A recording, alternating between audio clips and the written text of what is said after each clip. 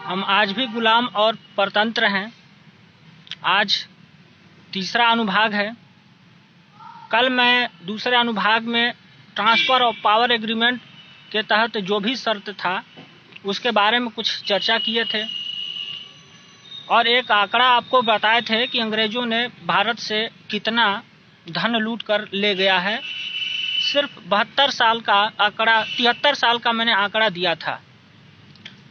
Appeals economic India's paper currency department के तरफ से 1862 से 1935 ईस्वी के बीच में जो भी अंग्रेज यहाँ से सोना और चांदी के रूप में धन लूट कर ले गए थे उसका आंकड़ा इसमें लगाया गया है। ये सेकासी करेंसी बोर्ड चार्ल्स बिटरायूब एंड कोट अस्चूलर द्वारा शोध किया गया था, जो जोन्स हॉपिंग यूनिवर्सिटी ब्रिटेन के में ये शोध किया गया था। उसके माध्यम से हमने आपको कल बताया था कि अंग्रेज यहाँ से 4,36,700 टन सोना लूट कर लेके गए थे सिर्फ 73 साल में। और यह सोना कितना होता है, अगर आप आंकड़ा लगाना चाहें तो इस बात से लगा सकते हैं कि अभी भारत में जो केंद्रीय बैंक है, रिजर्व बैंक ऑफ इंडिया, उसके पास लगभग 800 टन सोना है। तो उससे जब कैलकुलेट करेंगे, जब 4,36,700 टन से 800 टन से भागा करेंगे तो निकलता है कि आरबीआई के पास आज जितना सोना है उससे 546 गुना सोना अंग्रेज मात्र 73 साल में लूट कर यहाँ से लेके गए थे। इस शोध में यह भी कहता है कि 1935 के आसपास में 30 करोड़ का जनसंख्या भारत में था। अगर हर भारतवासी को सिर्फ इतना ही पैसा अगर बांट दिया जाए तो चाहे एक दिन का बच्चा क्यों ना हो, मान लीजिए परिवार पर उसने आंकड़ा लगाया, परिवार के बारे में बोल रहा है कि मान लीजिए कि 30 करोड़ का जनसंख्या भारत में 1935 में, लगभग 4 करोड़ परिवार हैं भारत में। अगर इस सोने को अगर बांट दिया जाए तो लगभग 11.4 यानी कि लगभग 11 से 11.5 किलो सोना हर परिवार को मिलता। हमने इस पर कैलकुलेशन किया और कहा कि आज 2025 में 140 करोड़ की जनसंख्या है। अगर वो सोना अगर आज बांट दिया जाए तो प्रत्येक व्यक्ति को कितना मिलेगा? लगभग 312 ग्राम सोना मिलेगा, एक व्यक्ति को मिलेगा, चाहे वो आज बच्चा जन्म लिया हो चाहे आज मरने वाला इंसान हो। 312 ग्राम सोना मिलेगा प्रत्येक आदमी को। अगर एक परिवार में अगर 6 सदस्य हैं, ऑन एवरेज मान लेते हैं, तो लगभग 1.25 किलो सोना हर परिवार को आज मिलेगा। वो इतना धन यहाँ से लूट के लेके गए थे सिर्फ 72 साल में। और शोध में सिर्फ ये कहता है कि ये तो सिर्फ सोने और चांदी का आंकड़ा लगाया गया है, बाकी धातुओं कितने आए थे और कितना लूट के लेके आए थे उसका हमने आंकड़ा नहीं लगाया। कितने अनाज और प्राकृतिक संपदा उन्होंने लूट कर ले आए इसका भी हमने आंकड़ा नहीं लगाया। सिर्फ सोने और चांदी के मोहर के रूप में हमने यह आंकड़ा निकाला है। तो एक आंकड़ा ये चीज कि जब वो पैसे हमारे पास होते तो हम कितना समृद्ध होते, यानी कि आरबीआई के पास जितना आज पैसा है उससे 546 गुना ज्यादा वो संपत्ति है। तो कहने का अर्थ है कि मैंने इसका आंकड़ा लगाया कि कितना हो सकता। आज आरबीआई के पास में 34 लाख करोड़ रुपया का संपत्ति है और 800 टन सोना है। अगर मान लीजिए कि 34 लाख करोड़ का पर ही अगर बैठाएं तो उसमें गुना कर दीजिए आप 4,546 से, तो ये निकल के आता है 18,564 लाख करोड़ रुपया। 18,564 लाख करोड़ रुपया ये सिर्फ 72 साल में वो लूट कर लेके यहाँ पर गए। और ये कितना होता है? भारत सरकार का जो बजट है लगभग 1 साल का, जो पूरे देश में खर्च होता है, वो लगभग 18 लाख करोड़ रुपया का है। तो जब आप भागा करेंगे इसमें तो पता चलेगा कि 1031 साल कुछ महीने बिना टैक्स के घर में 140 करोड़ लोगों को बैठा करके खिलाया जा सकता है, उनके सारी सुविधाओं को दिया जा सकता है। इतना रुपया ये होता है।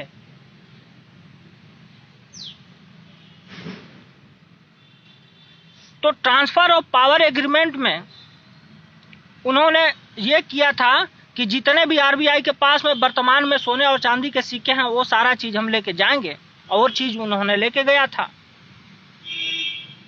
दूसरा चीज मैंने ये आपको बताया था कि उसमें बहुत सारे एग्रीमेंट थे, और उस एग्रीमेंट में 5 एग्रीमेंट जो है उसके बारे में मैंने आपको बताया था।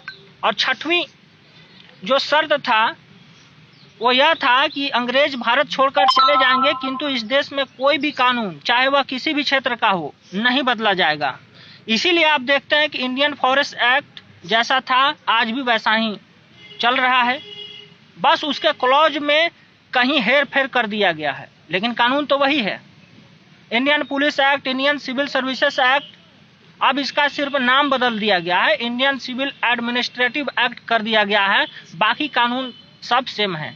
Indian penal code, Indian citizenship act, Indian advocate act, Indian marriage act, Indian land acquisition act, Indian education act में थोड़ा सा बदलाव जरूर हुआ है, लेकिन बाकी का कानून सब वही है। Indian criminal procedure act, Indian evidence act, Indian income tax act, Indian district magistrate act, Indian agriculture price act, Indian toll tax, road tax, सब चीज वही चल रहा है, कुछ भी बदला नहीं उसके बाद में। 7वीं जो ट्रांसफर ऑफ पावर एग्रीमेंट का जो शर्त था, जिसको लाल डायरी के नाम से आप जानते हैं, वो यह था उसमें कि अंग्रेजों के द्वारा दिए गए सभी भवन, किला, इमारत और सड़कों के नाम अगले 50 साल तक नहीं बदले जाएंगे। अब यही कारण रहा कि संसद भवन हो या सुप्रीम कोर्ट हो या हाई कोर्ट हो या राष्ट्रपति भवन हो, जो अंग्रेजों के नाम पर था, जो मुगलों के नाम पर था, वो 50 साल तक इनका नाम नहीं बदला गया, क्योंकि ये समझौता का हिस्सा था। और आज भी कुछ नाम ऐसे देखने को मिलते हैं, जैसे Dalhousie town, Ripon road, colonel road, Mayo road, Bentinck road Patna में देखने को मिलता है, फ्रेजर रोड, बेली रोड, ये सब अंग्रेजों के नाम पर रास्ते का नाम, सड़क का नाम, भवन का नाम बनाए गए हैं, लेकिन उसका नाम आज तक नहीं बदला गया है। यह हमें गुलामी का निशानी है, जो हमारा मतलब चीख चीख के चिल्ला रही है कि आज भी आप गुलाम हैं, परतंत्र हैं। गुलामी की मानसिकता अभी भी आपके दिमाग में बनी हुई है। 8वीं जो शर्त था वो यह था कि आयुर्वेद सहित भारत के किसी भी चिकित्सा पद्धति या प्राकृतिक चिकित्सा सिद्धांत को किसी भी तरह का कोई भी सहयोग नहीं दिया जाएगा और नहीं प्रोत्साहन दिया जाएगा। सिर्फ और सिर्फ एलोपैथ चिकित्सा को ही प्रोत्साहन दिया जाएगा और एलोपैथ चिकित्सा को ही सहयोग देकर और बढ़ाया जाएगा। ये शर्त का हिस्सा था।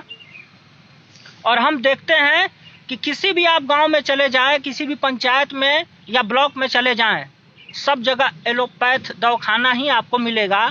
आयुर्वेद का एक भी दवाखाना आपको मिलेगा नहीं, आयुर्वेद का एक भी सरकारी वैद्य आपको मिलेगा नहीं, ना होम्योपैथ का मिलेगा, न यूनानी का मिलेगा, न एलोपैथ के अलावा किसी और पैथी का मिलेगा, क्योंकि यह समझौते का हिस्सा है ट्रांसफर ऑफ पावर एग्रीमेंट में। तो ये 8वीं शर्त रहा। इसीलिए हम जब देखें कि कोविड-19 की महामारी आई, माने लाई गई, तो उसमें सिर्फ आयुर्वेद को ही तरजीह दिया गया कि बाकी पैथी से अगर आप इलाज करवाएंगे, मान लीजिए कि हम रोगी हैं कोविड-19 का, मैं कहूं कि एलोपैथ में हम इलाज नहीं करवाएंगे, हम यूनानी से करवाना चाह रहे हैं या आयुर्वेद से करवाना चाह रहे हैं या होम्योपैथ से करवाना चाह रहे हैं, तो ये हमारा हक नहीं है, क्योंकि ये समझौता का हिस्सा है ट्रांसफर ऑफ पावर एग्रीमेंट के, कि आप सिर्फ और सिर्फ एलोपैथ को ही आप धरातल पर लेके आएंगे और उसी से आपको सिर्फ इलाज करना है, बाकी सारे पैथियों का आपको अवैध घोषित करना है। इसलिए हमने देखा कोविड-19 के दौरान कि किसी भी आयुर्वेद वैद्य को एक भी रोगी को ट्रीटमेंट करने के लिए नहीं दिया गया, सिर्फ एलोपैथ डॉक्टर को ही दिया गया, और वो बिना जाने बिना परखे बिना दवा के वो चलाता रहा, HIV का दवा चलाता रहा, मलेरिया का चलाता रहा, डेंगू का चलाता रहा, एड्स का इंजेक्शन देता रहा, दवा चलाता रहा, लेकिन एलोपैथ के अलावा किसी भी डॉक्टर को तरजीह नहीं दी गई कि भाई आप ये पैसे दूगो पकड़िए और थोड़ा जांच कर देखिए कि उसमें कोई इलाज है इसका। नहीं दिया गया, क्योंकि ये समझौता का हिस्सा है और ये आगे भी नहीं होने दिया जाएगा। और WHO इसमें हस्तक्षेप करता है कि आपने तो समझौता करके आज़ादी ली है कि सिर्फ एलोपैथ ही अपने देश में चलाएंगे, तो आप दूसरे पैथी क्यों वो पंचायती करने लगता है कि दूसरा पैथी आप लागू कर ही नहीं सकते, चला ही नहीं सकते, एक भी पेशेंट उनको दे ही नहीं सकते। तो ये हम लोगों के साथ बहुत बड़ा धोखा हुआ है।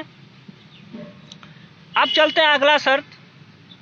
9वीं शर्त में ये बोला गया है कि केवल ईस्ट इंडिया कंपनी ही भारत से वापस जाएगी ब्रिटेन, किंतु भारत में 126 जो कंपनियां हैं वो भारत में ही रहेंगी।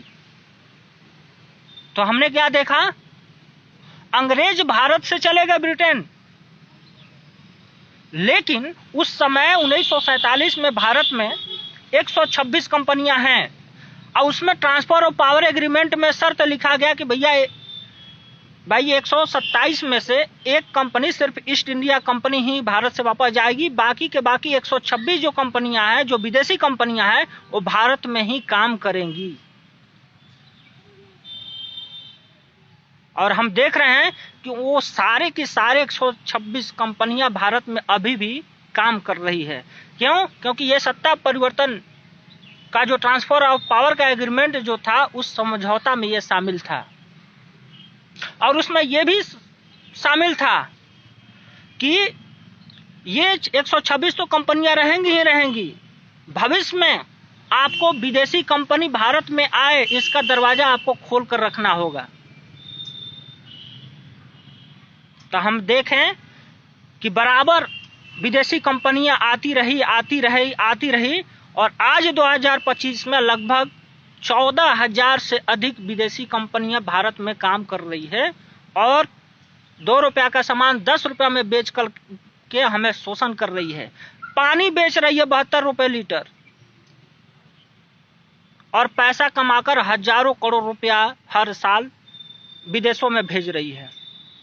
क्यों? क्योंकि ये षड्यंत्र का हिस्सा था, ये समझौता का हिस्सा था। उन्होंने कहा कि ब्रुक बैंड हो, चाहे व्हीलर बुक स्टोर हो, लिप्टन हो, बाटा हो, हिंदुस्तान लीवर का अब नाम बदल गया है, यूनिलीवर कर दिया गया है। हिंदुस्तान लीवर अब उसका नाम है हिंदुस्तान यूनिलीवर। मतलब ये जितना भी कंपनी 126 है वो सारे के सारे भारत में ही रहेंगी और आज तक ये भारत में ही लूट रही है और खसोट रही है।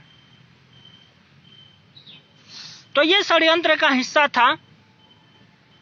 ये सभी विदेशी कंपनियां गुलामी के दिनों से लेकर आज तक हिंदुस्तान में व्यापार करती आ रही है और जन समुदायों को खूब लूट रही है और शोषण कर रही है।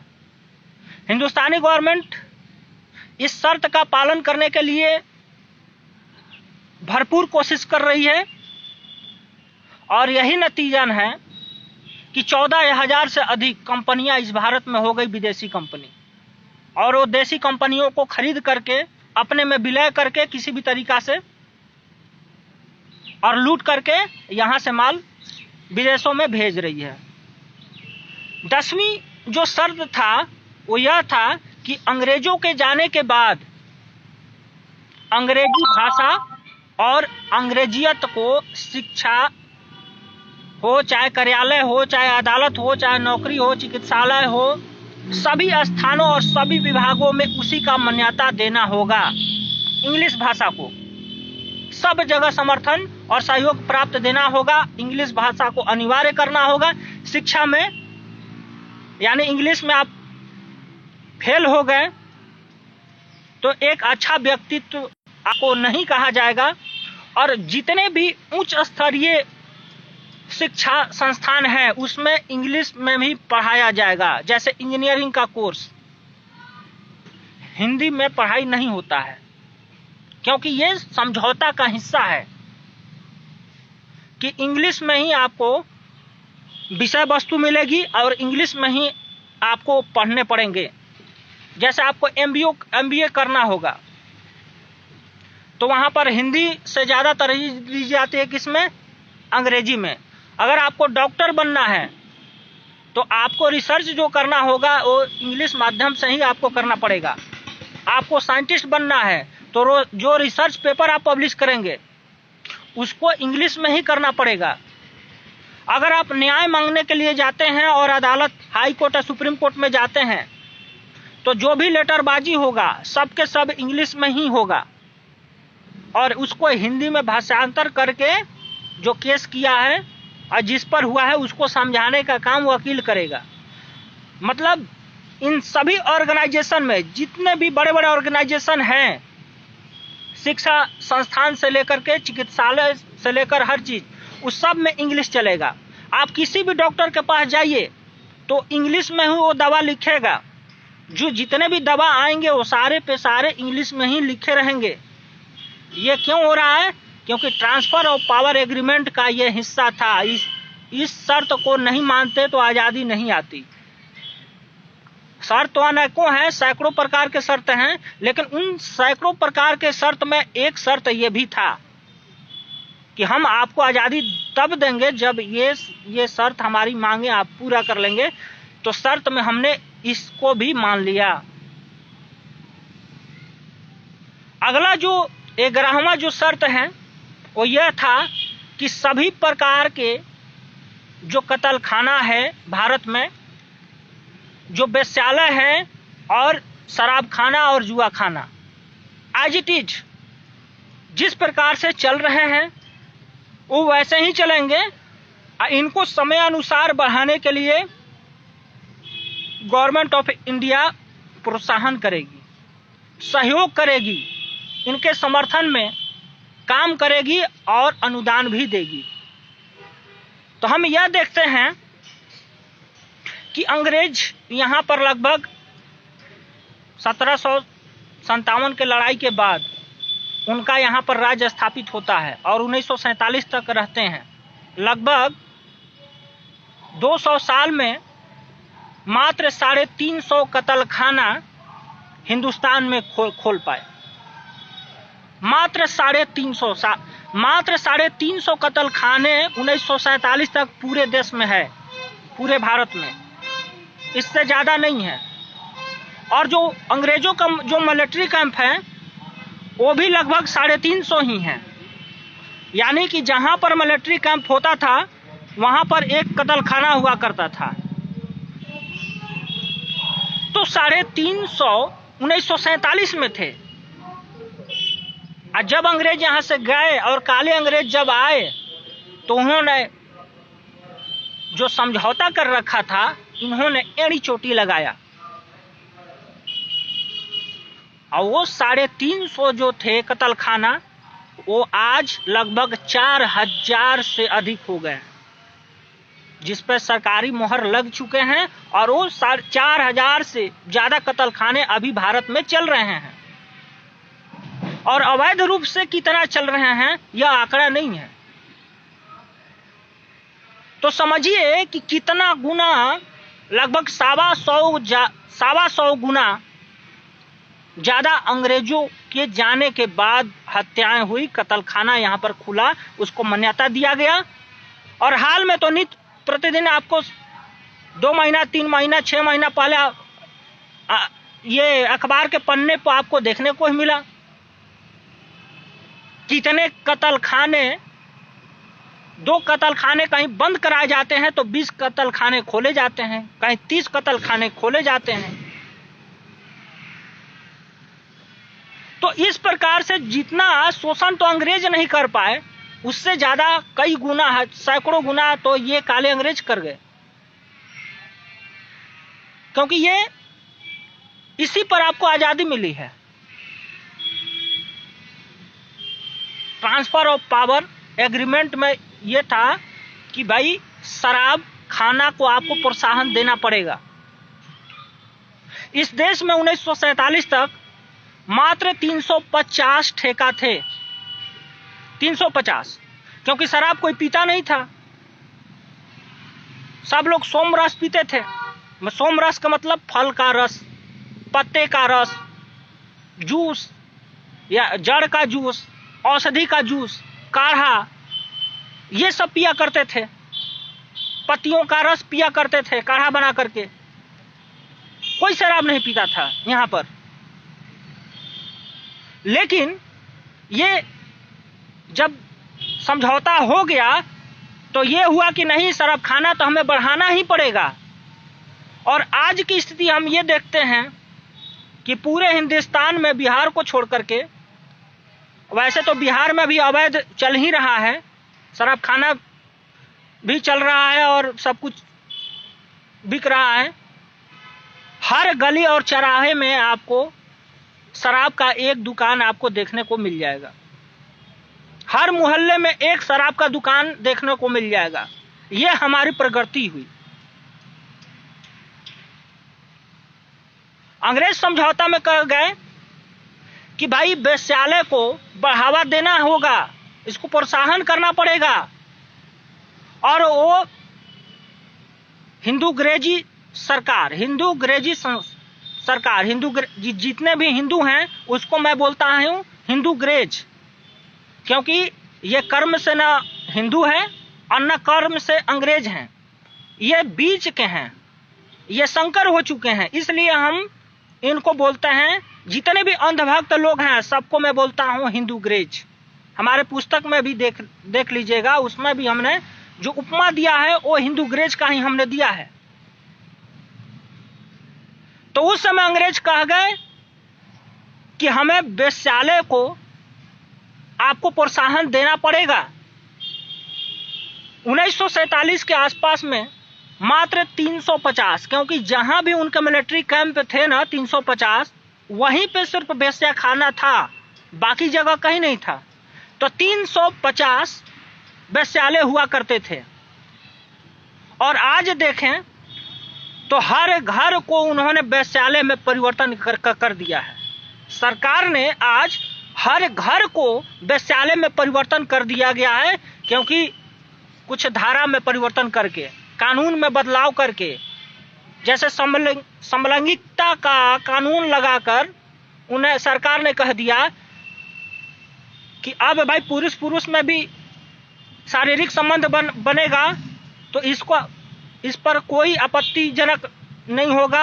अगर लड़का लड़की भी अगर शादी करती है या शारीरिक संबंध बनाती हैं तो इसमें भी किसी तरह का किसी को आपत्ति नहीं होना चाहिए। लड़कियों की शादी 18 साल से बढ़ा के 21 साल की गई, और 21 साल के पहले अगर वो लड़की किसी लड़का से अवैध संबंध बनाती है तो भी किसी भी प्रकार का एक्शन नहीं लिया जाएगा। उसके पेट में अगर बच्चा ठहर जाता है तो अबॉर्शन कराने का उसको अधिकार है, उस पर कोई उंगली नहीं उठा सकता। अगर आपका पत्नी हो या मेरा पत्नी हो, अब मेरे ही पत्नी मेरे सामने किसी और पुरुष से संबंध बना रही है तो हम एफआईआर नहीं कर सकते, आप भी एफआईआर नहीं कर सकते। हमारी पत्नी की भाई उसे रोक नहीं सकता कि भाई जीजा जी को परेशानी होता है, तुम इस प्रकार से वेश्यावृत्ति क्यों करती हो। क्यों? क्योंकि स्वतंत्र रूप से जीने का अधिकार का हनन होता है, और आपका संविधान, ये गवर्नमेंट ऑफ इंडिया और सुप्रीम कोर्ट उसको अधिकार दे रखा है कि तुम जब चाहे, जिससे चाहे, जब चाहे तुम वेश्यावृत्ति कर सकती हो। चाहे होटल में जाओ, चाहे घर में जाओ, चाहे किसी अन्य के साथ जाओ, तुम कर सकती हो। हमें तो पूछने का भी अधिकार नहीं है कि तुम ऐसा क्यों कर रही हो। क्यों? कानून ये भी है कि तुम भी करो। वो कर रही है तो तुम्हें भी जीने का अधिकार है, तुम भी करो। लेकिन इस पर तो है कि अगर पुरुष अगर किसी महिला के साथ शारीरिक संबंध बनाए करे तो वो केस कर सकती है। कौन? महिला। हमारी पत्नी केस कर सकती है हम पर, लेकिन हम उस पर केस नहीं कर सकते कि भाई तुम किसी और के साथ में होटल में क्यों जा रही हो और क्यों वेश्यावृत्ति कर रही हो। तो वेश्यालय जो विकसित किया सरकार ने, वो हर घर को वेश्यालय बना दिया और ऐसा कोई कॉलोनी नहीं बचा है जहां पर वेश्यावृत्ति न होता हो। ये षड्यंत्र का हिस्सा था और ये समझौता का हिस्सा था, और समझौते में हम इतना डूब गए कि हमने अपना अस्तित्व को ही खो दिया। अंग्रेजों ने समझौता में कहा कि भाई आपको जुआ खाना को प्रोत्साहन देना ही पड़ेगा। भाई जहां पर शराब चलेगा ना, वहां पर जुआ भी तो खेली जाएगी। अंग्रेजों के टाइम में 1947 में मात्र 350 जुआ खाना हुआ करते थे, जो 350 शराब खाने के अंदर चलाए जाते थे। और आज 2025 में देख लीजिए कि हर घर में जुआ खाना हो रहा है, हर घर में जुआ खेला जा रहा है। छोटे छोटे बच्चे गेम के माध्यम से जुआ खेल रहे हैं। लोग म्यूचुअल फंड के माध्यम से पैसा लगा रहे हैं। कई ऐप्स आ रही हैं, इसका संस गिरा, उसका बढ़ा, इसका शेयर घट रहा, बढ़ रहा है, लोग जुए में पैसा लगा रहे हैं। हमारे जो खिलाड़ी हैं वो आत्मा अपनी बेच चुके हैं। स्वयं क्रिकेट खेलते हैं और कहते हैं कि क्रिकेट तो तुमको देखना है तो तुम पैसा लगाओ, पैसा के देखो कौन जीतेगा कौन हारेगा। तो हर घर को उन्होंने जुआ खाना बना दिया है, हर घर को उसमें नशा खाना बना दिया है, हर घर को उन्होंने वेश्यावृत्ति का अड्डा बना दिया है। यही तो विकसित हुआ है भारत। लेकिन इसके बारे में कोई चर्चा नहीं करता। हम कहां जा रहे हैं, किस ओर?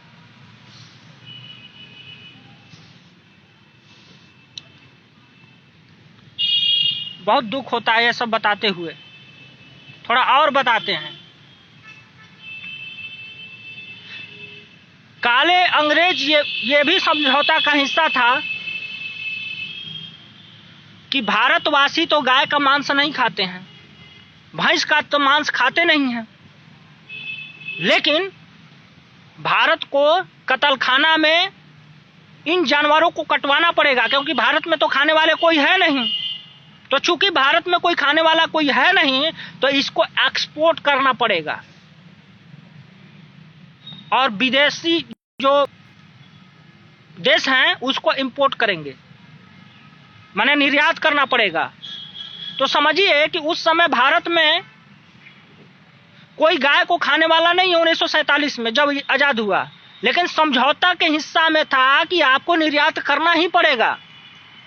जो देश के पहले प्रधानमंत्री, कथित प्रधानमंत्री हुए जवाहरलाल नेहरू, वही गाय का मांस खाते थे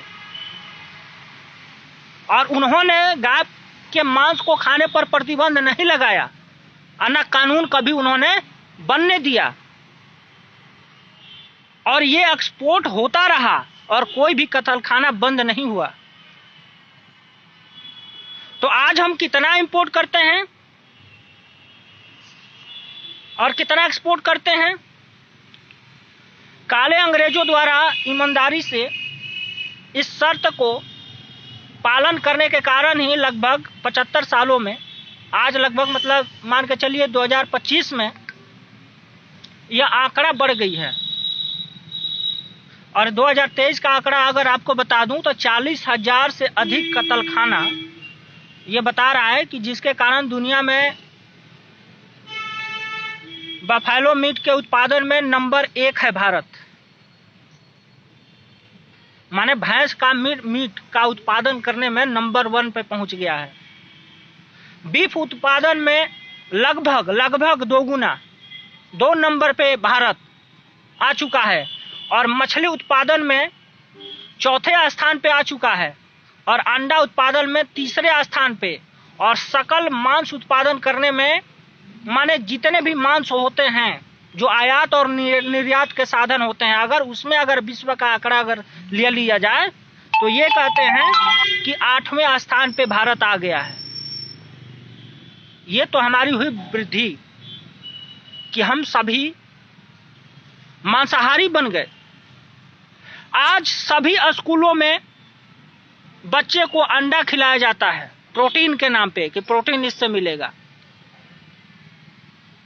जब हम शिक्षकों से बात करते हैं तो वो कहते हैं कि ये तो हमसे ऊपर से आदेश आता है कि ये तो देना ही देना है, लेकिन हम लोग अपने स्वेच्छा से ऐसा करते हैं कि जो नहीं खाना चाहते हैं उसको उबाल कर खिलवाते हैं और जो वो भी नहीं खाना चाहते उसको कहते हैं कि ठीक तुम पिला निकालो या नहीं पी लो। लेकिन ये सभी बच्चों को मांसाहारी, सभी बच्चों को जुआरी और नशा खोर बनाने का काम सरकार कर रही है।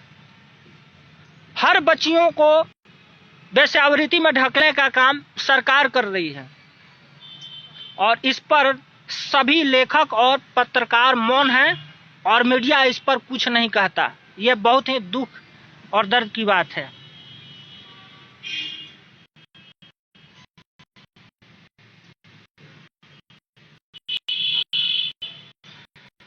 आज देश में हमने बता दिया कि रेड लाइट एरिया हुआ करती थी, मतलब वेश्यावृत्ति का घर, चक्कर। लेकिन आज देश में 1100 से ज्यादा रेड लाइट एरिया हो चुकी है। 28 लाख से ज्यादा सेक्स वर्कर हो चुके हैं जिनको आईडी कार्ड बन चुके हैं, भैया हम सेक्स वर्कर हैं और माता जीने और खाने का यही बस तरीका है। आईवीएफ सेंटर जगह जगह खुल चुके हैं और उसमें नौकरी दी जा रही है कि आइए अपना स्पर्म डोनेट करिए, दीजिए, हस्तमैथुन करिए और उसके बदले में आपको पैसा आपको मिलेगा, स्पर्म के माध्यम से आपको दिया जाएगा। लगभग 10 मिलियन यानी 1 करोड़ भारत में वेश्याएं हो चुकी हैं। 1 करोड़ से ज्यादा वेश्याएं भारत में हो चुकी है और सेक्स वर्कर के रूप में ये काम करती हैं। तो भारत किस ओर जा रहा है, किस तरफ विकास कर रहा है, ये आप सोचिए जरा। हम थोड़ा अगला शर्त 12वीं शर्त की तरफ बढ़ते हैं। 12वीं शर्त क्या था ट्रांसफर ऑफ पावर एग्रीमेंट का? वो यह था कि भारतीय सभ्यता संस्कृति को किसी भी तरह का सहयोग और प्रोत्साहन नहीं दिया जाएगा, बल्कि पश्चिमी सभ्यता संस्कृति अर्थात अंग्रेजियत को स्थापित और विकसित करने के लिए हिंदू-अंग्रेजी संविधान में हर प्रकार के विधि व्यवस्था, नीतियां, कानून आदि में परिवर्तन करना यह आवश्यक कर्म और धर्म माना जाएगा। तो आज भारत में देख लीजिए कि भारतीय सभ्यता और परंपरा और मान्यता का कितना विकास हुआ है 1947 के बाद। सब जगह हरासी देखने को मिल रहा है, क्योंकि ये समझौता का हिस्सा था कि आप प्रोत्साहन दे ही नहीं सकते, आप अनुदान दे ही नहीं सकते, आप किसी को पुरस्कृत कर ही नहीं सकते। भारत सरकार तो मिस इंडिया और मिस स्टेट बनाने के लिए पैसे प्रोत्साहन करती है, वेश्यावृत्ति पर पैसे खर्च करती है, कत्लखाना खोलने के लिए पैसा देती है, लेकिन भारतीय सभ्यता संस्कृति को बढ़ावा देने के लिए, इसको स्थापित करने के लिए और स्कूल और शिक्षा के माध्यम से स्वास्थ्य के माध्यम से, ग्रामीण परिवेश में समाज को उन्नति के लिए यह कुछ नहीं करती है, क्योंकि ये सब षड्यंत्र का हिस्सा है। ये सब पावर एग्रीमेंट के तहत हुआ, जिसके कारण से आपको आज़ादी दी गई है। 99 साल की आज़ादी आपको दी गई है। अब इस शर्त को काले अंग्रेज और ये काले जजों को ईमानदारी पूर्वक देखिए कि सनातन सभ्यता के संस्कृति, परंपरा और मान्यता की दशा और दिशा दोनों किस ओर जा रही है? हिंसा की तरफ बढ़ रही है, अपहरण की तरफ बढ़ रही है, अत्याचार और बलात्कार की तरफ बढ़ रही है। कि भारतीय परंपरा और मान्यता से संस्कार और शिक्षा न मिलने की वजह से, व्यवहार आदि का ज्ञान न मिलने की वजह से हिंसक और आपराधिक घटनाएं हो रही है। शोषण और व्यभिचार और बलात्कार हो रहे हैं, और ये हर घर में हो रहा है। इसीलिए कोई भी परिवार आज सुरक्षित नहीं है। हर परिवार में कलह है, हर परिवार में विवाद है, कोई एकमत नहीं है, क्योंकि ये षड्यंत्र के हिस्सा में था कि आप संयुक्त परिवार के जो सिद्धांत है उसको आपको मिटाना होगा। जो आप शिक्षा में पढ़ाते हैं कि संयुक्त परिवार क्या होता है, उसके 40 सिद्धांत क्या होते हैं, ये चीज आपको शिक्षा से दूर करना हटाना पड़ेगा। तो आज किसी को नहीं पता कि संयुक्त परिवार का सिद्धांत क्या होता है, नियम क्या होते हैं उसके, और किस प्रकार से संयुक्त परिवार में रहा जाता है, या किसी परिवार को नहीं पता। इसलिए आज का कोई भी परिवार सुरक्षित नहीं है। आज के परिवार में क्या होता है? नौकरी हुआ, तुरंत घर में बंटवारा हुआ। किसी को बिजनेस में तरक्की हुई तो तुरंत बंटवारा हुआ। अगर लड़का विदेश में गया तो वहीं रह गया, वहीं शादी कर लिया। अगर देश में अगर कहीं बच्चा गया, सरकारी नौकरी हुआ तो अपने मन का हो गया, वो जो कहेगा वही घर में होगा। बड़े बुजुर्ग जो कहेंगे वो नहीं होगा।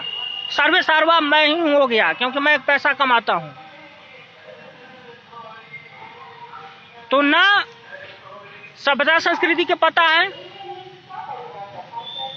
और ना व्यवहार आचरण स्वभाव का पता है, क्योंकि ये चीज षड्यंत्र का हिस्सा था, आपको नहीं बताया गया है और न बताया जाएगा। षड्यंत्र यह भी है कि गांव के सभी लोग अपनी सारी चीजें, जैसे घर, जमीन आदि को बेच करके टाउन आकर शहर में बसने चाहिए। इसीलिए सरकार क्या कर रही है? शहर को विकसित करने में लगी है, और वैसे वैसे परियोजना लेकर आती है जिससे शहर का विकास हो। इसीलिए नाम दिया गया किसमें? स्मार्ट सिटी का नाम दिया गया। वो स्मार्ट सिटी का प्रोजेक्ट इसीलिए आया क्योंकि यह षड्यंत्र का हिस्सा था कि आपको गांव का जो व्यवस्था है उसको खत्म करना पड़ेगा, और गांव में जितने भी लोग हैं वो आके शहर में रहने लगें। ऐसा आपको तंत्र विकसित करना पड़ेगा, और उसी तंत्र के तहत आप देखते होंगे स्मार्ट सिटी का प्रोजेक्ट आया और स्मार्ट विलेज का भी प्रोजेक्ट आया। जब ये देखा गया कि कोई भी आदमी शहर में बड़े हिस्सा में नहीं आ पा रहे हैं क्योंकि वो गरीब हैं और वो किराए के मकान में आकर शहर में नहीं रह सकते, तो स्मार्ट सिटी का जगह पे स्मार्ट विलेज का प्रोजेक्ट लेके आया गया, और फिर 15 मिनट सिटी का प्रोजेक्ट लेके आया गया, और एक गांव को ही स्मार्ट सिटी में परिवर्तन करके और वहां पे लोगों को रखने का ये प्रोजेक्ट पूरा चल रहा है, क्योंकि ये षड्यंत्र का हिस्सा है। और ये हमने ट्रांसफर ऑफ पावर एग्रीमेंट के तहत हमने किया है। अब शहर का अर्थ क्या होता है? जो सब कुछ हरण कर ले वह स्थान शहर कहलाता है। जो सब कुछ हरण, सब कुछ का मतलब क्या हो? व्यवहार, आचरण, पैसे, धन दौलत, अपना अस्मिता, अपनी लाज, अपनी सभ्यता, संस्कृति, ये जब जो सब कुछ हरण कर ले आपका, उसी का नाम हुआ शहर। शहर मतलब सब कुछ हरण कर ले। इसलिए हम देखते हैं कि शहर में किसी भी प्रकार का सभ्यता, संस्कृति आपको देखने को नहीं मिलेगा। लोग पागलों की भांति, लड़कियां शराब और सिगरेट पीती हुई रोड पे चलती हैं, किसी को बोलने का शऊर नहीं है, सब कोई लूटने में लगे हुए हैं।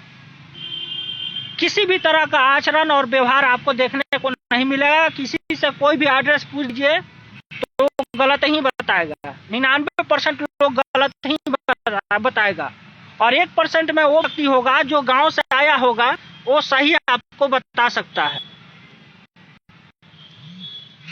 क्योंकि ये सब षड्यंत्र का हिस्सा था। अब एक और है कि टाउन मतलब भी शहर लोग बोला करते हैं ऐसे। तो टाउन मतलब क्या होता है? ये जो टाउन का जो शब्द आया है वो ट्विन से आया है, टू विन। और ट्विन का मतलब क्या होता है? षड्यंत्रकारियों के जीत का क्षेत्र। षड्यंत्रकारी के जीत के वजह से संबंधित है, मतलब हम पे जो शोषण और शासन कर रहा है उसके जीत के जगह का क्षेत्र है, उसको बोलते हैं ट्विन यानी town.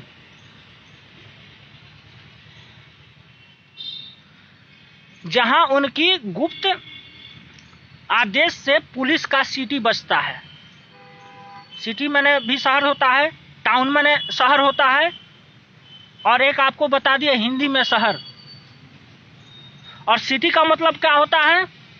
Order to produce a loud sound and attract someone attention, ताकि लोग भूले नहीं कि हम गुलाम हैं, ताकि लोग ये भूले नहीं कि मुझे डरना चाहिए।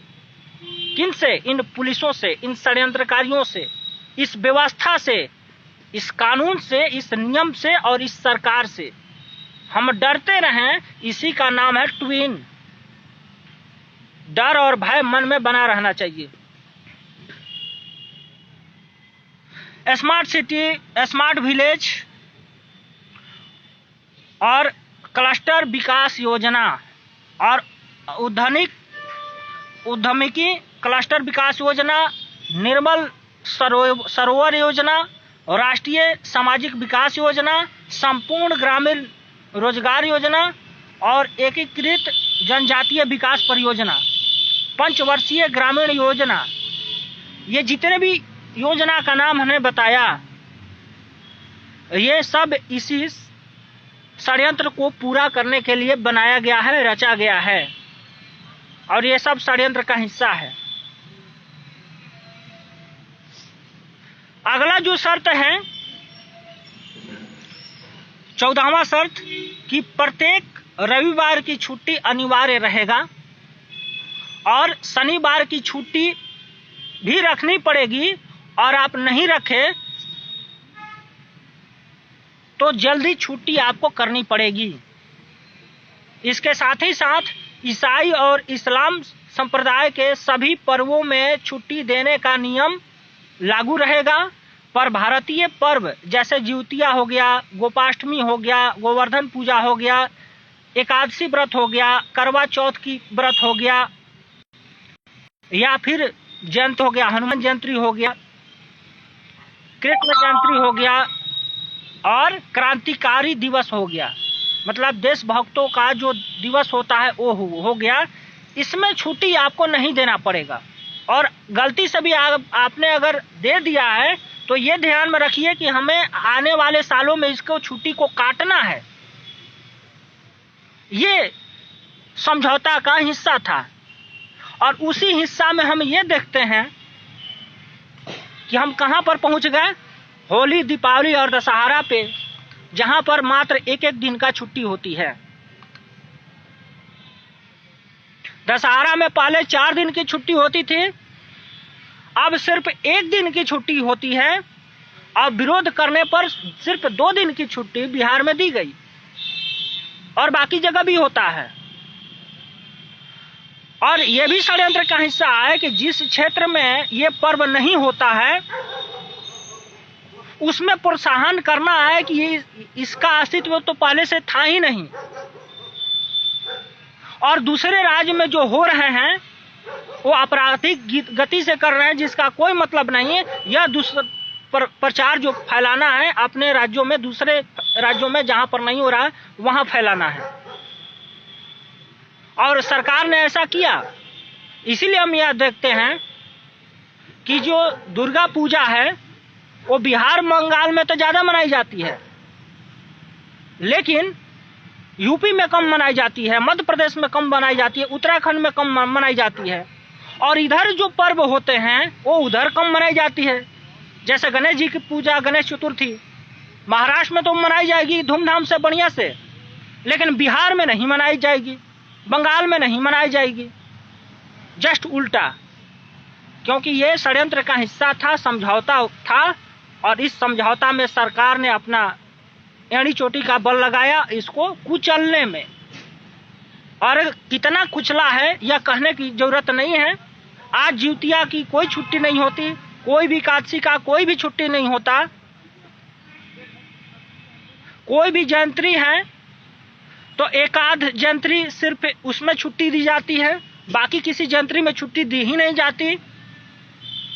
करवा चौथ का भी, गोवर्धन पूजा का भी छुट्टी नहीं दिया जाता है, और सब में छुट्टी काटा जाता है। जैसे दीपावली में सिर्फ एक दिन का छुट्टी मिलेगा, आप कैलेंडर देख सकते हैं, क्योंकि ये षड्यंत्र का हिस्सा है। और रविवार की छुट्टी क्यों?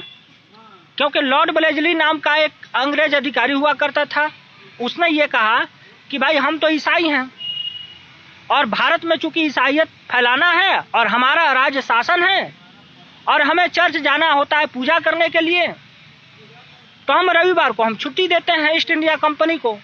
तो जब से 1600 ईस्वी से ईस्ट इंडिया कंपनी था उस समय तो छुट्टी दिया गया। 1857 ईस्वी के बाद भी ये शनिवार को भी छुट्टी दिया जाने लगा। क्यों? शनिवार का पवित्र दिन माना जाता है यहूदियों का, और रविवार का पवित्र दिन होता है ईसाइयों का। तो ईसाइयों ने ये कहा कि चूंकि हमें चर्च में जाना है और यहूदियों का पवित्र दिन शनिवार है, और जितने भी ईसाई हैं यानी ब्रिटेन हैं वो किसके चंगुल में है? यहूदियों के चंगुल में है, यानी बैंकर्स के चंगुल में है। तो वो तो शनिवार को पवित्र दिन मानते हैं, तो इसीलिए कहा कि भाई शनिवार को हमें तो छुट्टी जल्दी करनी पड़ेगी। यानी ईस्ट इंडिया कंपनी में, यानी जब अंग्रेजों के सरकार यहाँ पर था तो शनिवार की भी छुट्टी दे दिया जाता था और रविवार को भी छुट्टी दे दिया जाता था। और जो इन्होंने समझौता किया वो यही किया कि भाई रविवार के दिन भी छुट्टी होना चाहिए, ये अनिवार्य रूप से रहेगा, ये षड्यंत्र में है।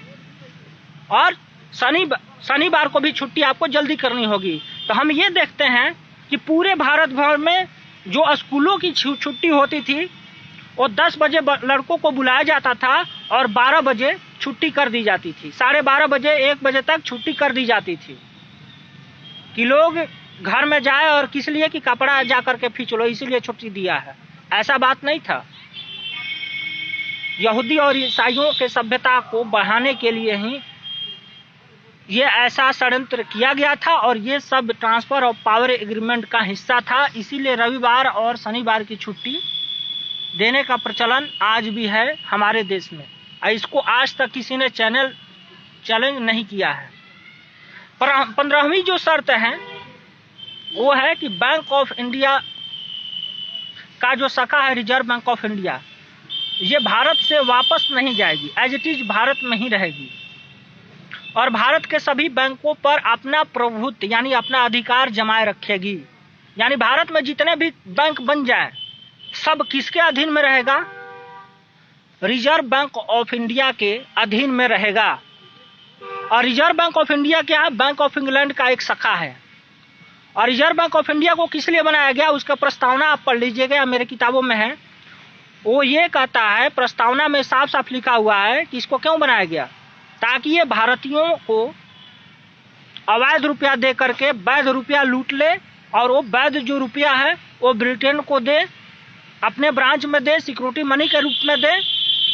और इस तरीके से ब्रिटेन को हमें अमीर बनाना है और भारत को गरीब बनाना है। ये उसके प्रस्तावना में लिखा हुआ है कि भारतीयों को हमें शोषण करना है, उस पर अत्याचार करना है, उसको भ्रष्ट बनाना है। इसलिए पैसे का वैल्यू इतना गिरा दो और विदेशी मुद्रा को इतना ऊपर चढ़ा दो ताकि हम इनको लूट करके इतना गरीब बना दें कि ये हमेशा 1000 साल तक ये गुलामी में डूबे रहें। इसके लिए तो था रिजर्व बैंक ऑफ इंडिया। और जब जा रहे हैं अंग्रेज भारत छोड़ करके, तो ये बोल के जा रहे हैं, वो समझौता करके जा रहे हैं, शर्त लिखवा कर जा रहे हैं कि मेरे जाने के बाद आरबीआई को आप हटा नहीं सकते। तो ये समझौता का हिस्सा था। 17वां जो शर्त है वो यह है कि भविष्य में किसी भी 1 रुपया के नोट को छोड़कर शेष सभी रुपया के नोट को कोई भी गवर्नमेंट भारत में आ जाए, किसी भी पार्टी का गवर्नमेंट बन जाए, खुद से बिना बैंक ऑफ इंडिया के अनुमति के बिना नहीं छाप सकती। इस शर्त के हिसाब से आप यह देखते हैं कि भारत में लगभग सभी राजनीतिक पार्टियों ने सत्ता संभाला और शासन किया, लेकिन 1 रुपया के नोट यानी कागज के नोट को छोड़ करके कितना भी रुपया, 5 रुपया, 10 रुपया, 20 रुपया, 50 रुपया, 100 रुपया, 1000 और 2000 के नोट भारत सरकार आज तक नहीं छापी, क्योंकि ट्रांसफर ऑफ पावर एग्रीमेंट में ये शर्त अंग्रेजों ने दिया था कि आप पैसा छाप ही नहीं सकते बिना रिजर्व बैंक ऑफ इंडिया के अनुमति के बिना। और रिजर्व बैंक ऑफ इंडिया का अनुमति कहां से आएगा? क्योंकि वह शाखा है बैंक ऑफ इंग्लैंड का, तो इसका ब्रिटिश काउंसिल में यह तय होगा कि भारत सरकार या गवर्नमेंट ऑफ इंडिया वो कागज का रुपया 1 रुपये से ज्यादा छापेगी कि नहीं छापेगी। वहां से नियम बन के आएगा, वहां से कानून बनकर आएगा, तब आप छाप सकते हैं, ऐसे नहीं छाप सकते। तो ये षड्यंत्र के हिस्सा में था, इसीलिए हम रुपए नहीं छापते हैं। 18वां कहता है जो शर्त, वो यह कहता है कि शिक्षा तंत्र के सभी व्यवस्थाओं में सनातनी सभी धर्म ग्रंथ सहित सभी इतिहास ग्रंथ जैसे वेद हुआ, शास्त्र हुआ, उपनिषद हुआ, महाकाव्य हो गया, पुराण हो गया, ब्राह्मण ग्रंथ हो गया, को सार्वजनिक रूप से पढ़ाने पर पूर्ण रूप से प्रतिबंधित किया जाएगा। और जब अंग्रेज यहां से चले जाएंगे तो ये प्रतिबंधित चालू रहेगा। और पाश्चात्य सभ्यता के पवित्र पुस्तक जैसे तौरेत, जबूर, इंजल, बाइबिल, कुरान,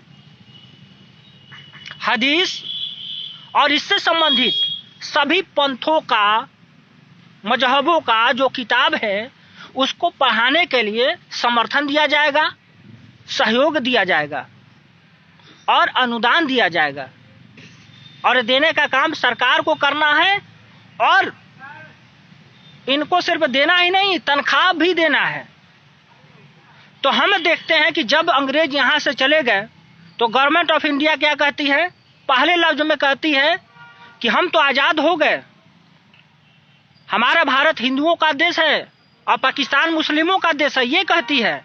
और दूसरी तरफ कहती है, चूंकि समझौता में ये है, तो ये कहती है कि हम अपने स्कूल में वेद, धर्म ग्रंथ, शास्त्र नहीं पढ़ा सकते। यानी हिंदू धर्म के या सनातन धर्म के जितने भी वेद, पुराण, इतिहास ग्रंथ हैं उसको हम किसी भी स्कूल में लागू नहीं कर सकते, नहीं पढ़ा सकते। और धारा 30 भी लिखी गई, धारा 30, वो भी धारा 30 क्या कहती है कि हिंदू अपना स्कूल नहीं खोल सकता, मतलब सांप्रदायिक स्कूल नहीं खोल सकता, जहां पर वो वेद धर्म आदि का जो शिक्षा दे सके ये चला सकता, और सरकार ऐसा कर सकती है ना अनुदान दे सकती है। लेकिन अल्पसंख्यकों का, ये कल बताऊंगा कि अल्पसंख्यक का के विषय में अंग्रेजों का क्या शर्त था, जो आज तक पालन होता रहा है। बैटरी खत्म होने वाली है। तो कहने का मतलब ये है कि यही कारण है, यह ट्रांसफर ऑफ पावर एग्रीमेंट के शर्त में था, इसलिए मुसलमान संप्रदाय का वो स्कूल चलता है, मदरसा चलता है, उसमें पैसे इन्वेस्ट होते हैं, उसमें तनख्वाह पे मास्टर रखे जाते हैं, मास्टर को भी पैसा दिए जाते हैं, जो मस्जिद में अजान करवाएगा उसको भी तनख्वाह दिया जाएगा, जो नमाज पढ़वाएगा उसको भी पैसा दिया जाएगा सरकार के तरफ से। अगर कहीं मस्जिद बनेगी तो उसमें भी पैसा सरकार देगी। अगर मुसलमान यहाँ से हज करने के लिए जाएंगे या विदेश में जाएंगे अपने पवित्र स्थलों में घूमने के लिए, तो भारत सरकार उनको पैसा देगा। लेकिन अगर हिंदू धर्म का कोई भी व्यक्ति कहीं भी धर्म स्थल पे जाए तो सरकार 1 रुपया उसको नहीं देगी, उसके लिए स्कूल नहीं खोलेगी, उसके लिए जो धर्मशास्त्र पुराण है उसके लिए प्रकाशन नहीं खोलेगी, ना किसी भी पुस्तक को प्रकाशित करवाएगी, और न उसको प्रचारित करवाएगी, और न उसको बढ़ाने के लिए किसी भी तरीका का शोध करेगी। यानी भारत सरकार वेद पर, धर्म ग्रंथों पर, ब्राह्मण ग्रंथों पर शोध करने के लिए 1 रुपया भी खर्च नहीं करेगी। साइंटिस्ट का बहाल नहीं करेगी कि तुम इस वेद में से कुछ विज्ञान निकालो, कुछ ज्ञान निकालो ताकि हम भारत को आगे बढ़ा सके। वो 1 रुपया भी खर्च नहीं कर सकती। चाहे आपका रामायण हो, चाहे गीता हो, उसमें कौन सा ज्ञान छिपा हुआ है इस पर शोध नहीं करवा सकती, न किसी साइंटिस्ट को रख सकती है। तो इतना हम गुलामी में जी रहे हैं। तो हमने बताया 18 शर्त। बैटरी खत्म होने वाला है, 1% बचा है, तो हम इस भाग को यहीं पर खत्म करते हैं, 3रा भाग, और कल 4थे भाग में अन्य शर्त बताएंगे। जो अंग्रेज भारत छोड़ के गए तो कौन से शर्त उन्होंने मनवा कर गया कि मेरे जाने के बाद में ये शर्त आपको मानना ही पड़ेगा, इस प्रकार से आपको करना ही पड़ेगा। तब तक के लिए जो लोग अनुभाग 2 और अनुभाग 1 को नहीं देखे हैं वो YouTube चैनल पर या फिर Facebook में ही आप रोल करके नीचे जाएंगे, आपको मिल जाएगा, तो आप देख लीजिए। और एक मलेश राज का निग्रहाचार्य जी का चल रहा है एपिसोड, वो भी हमारे YouTube में 14 एपिसोड हमने डाला है, 0 से लेकर के 14 तक, वो भी आप देख सकते हैं। तब आपको समझ में आएगी कि विश्व में जो कुछ भी चल रहा है, न्यू वर्ल्ड ऑर्डर चल रहा है, या फिर जो भी पैशाचिक शक्तियाँ करना चाह रही वो क्या करना चाह रही हैं, और कैसे क्या हो सकता है, वो सारे डिटेल आपको मिलेंगे। तब तक के लिए आज के लिए इतना ही। जय हिंद, वंदे मातरम, हर हर महादेव।